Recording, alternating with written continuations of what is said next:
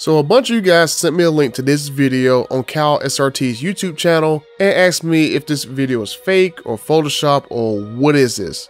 And I believe this video is real, not modified, and I believe this vehicle is a test mule.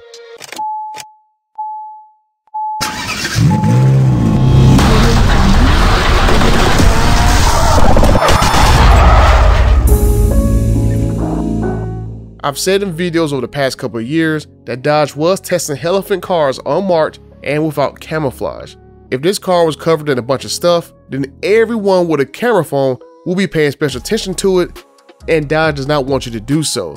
Now, I was the only one in 2021 that was saying that there were Challengers and Chargers testing with 900 horsepower detuned Hellephants. It wasn't Mopar Insiders, Mobile Trend, or even Racer X that leaked that there was new Hellephants coming. That was me. And hopefully on Monday, I will be proven 100% right that a Hellephant is indeed going inside of a production car.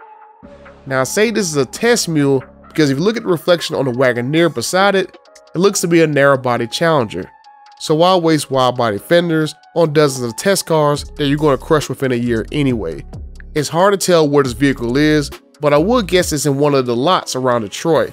Seeing the Wagoneers in the background and listening to the sounds in the video, I would say it's sitting at the Warren truck plant where they make the Ram Classic and the Wagoneers.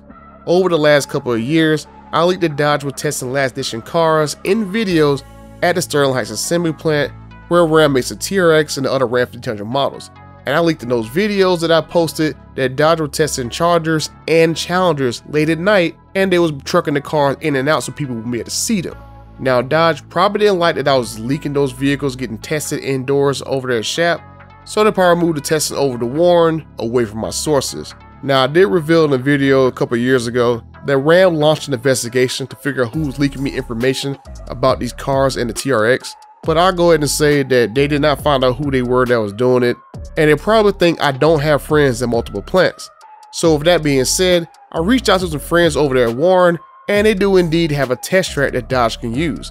And a fun fact that I learned from them was that Dodge used their tracks to run Vipers on.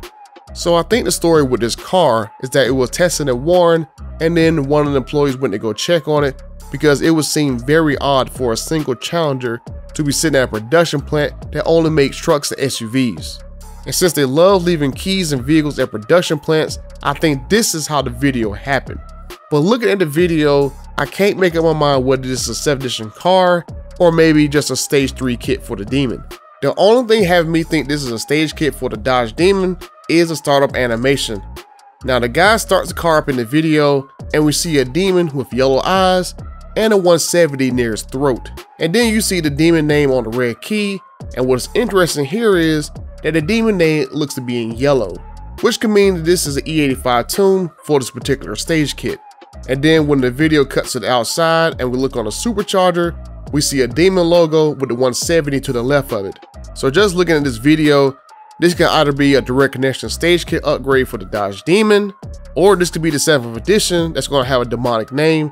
Now, I know a lot of people floating around the name of Goblin, but I actually don't like that name for the 7th edition.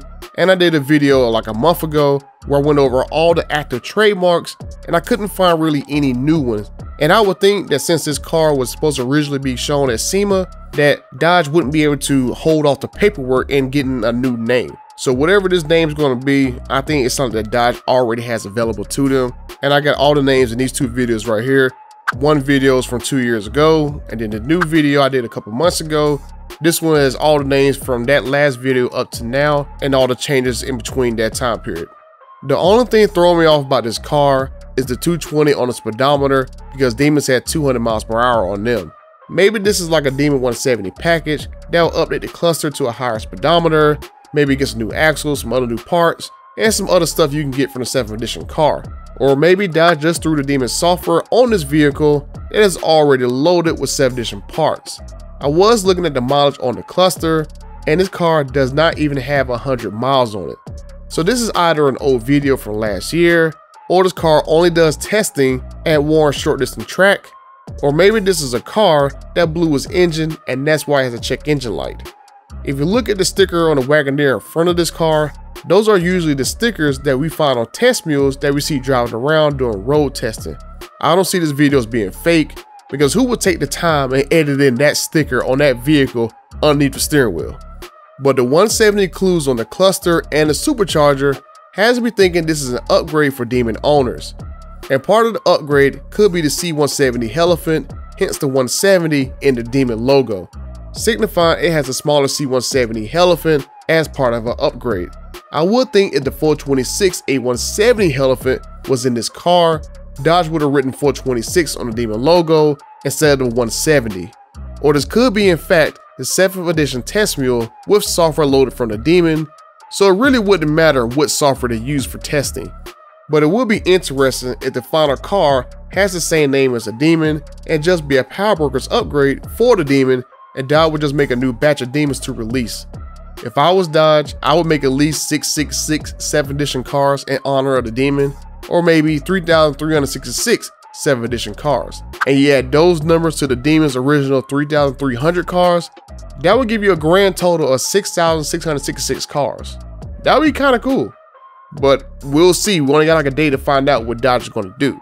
But it's starting to make sense why Dodge chose Las Vegas to unveil the car and bring Demon owners there, because Las Vegas is Sin City for one thing, and Dodge could offer the original Demon owners a limited opportunity to build their cars into a Demon 170 pack. Dodge has already set up the service to have Powerbrokers build Challenger drag packs. These Powerbrokers will offer direct connection performance parts that are only available through these designated dealers, like Hellcat and Red Eye stage kits, tuned and updated with a direct connection PCM tuning module. These kits are emissions compliant and they won't violate your factory warranty.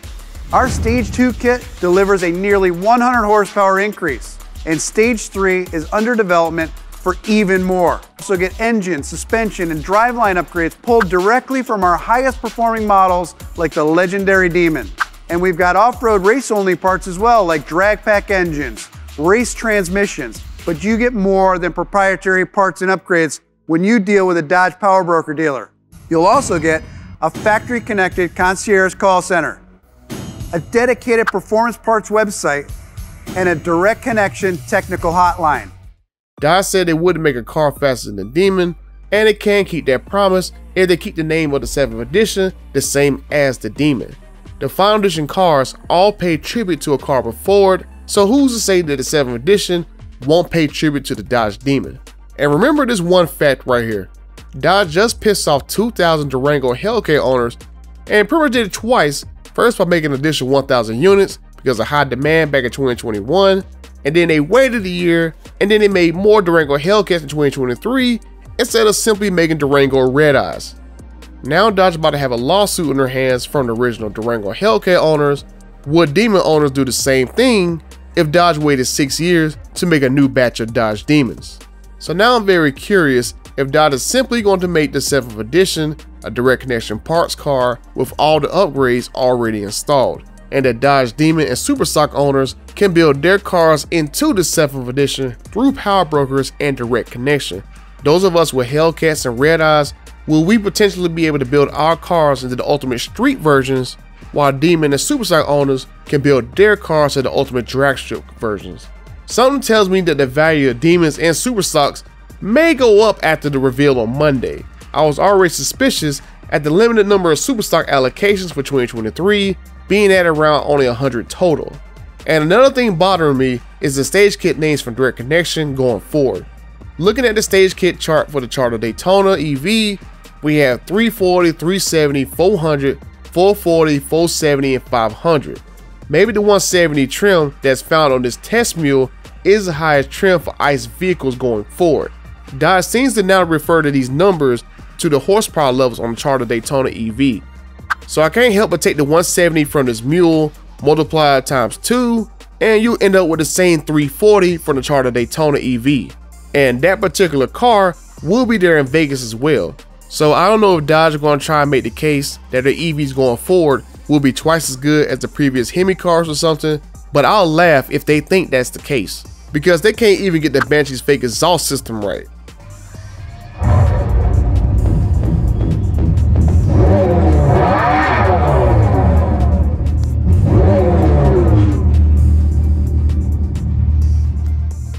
But let me know what you guys think. Is this a Demon test mule with stage kit installed, a 7th edition test mule, or a Dodge about to piss off Demon owners just like Durango Hellcat owners? If you found this video helpful, make sure you leave this video a like and subscribe to the channel if you already done so. Grab some Last Call merch on your way out. And until the next time, I'm out.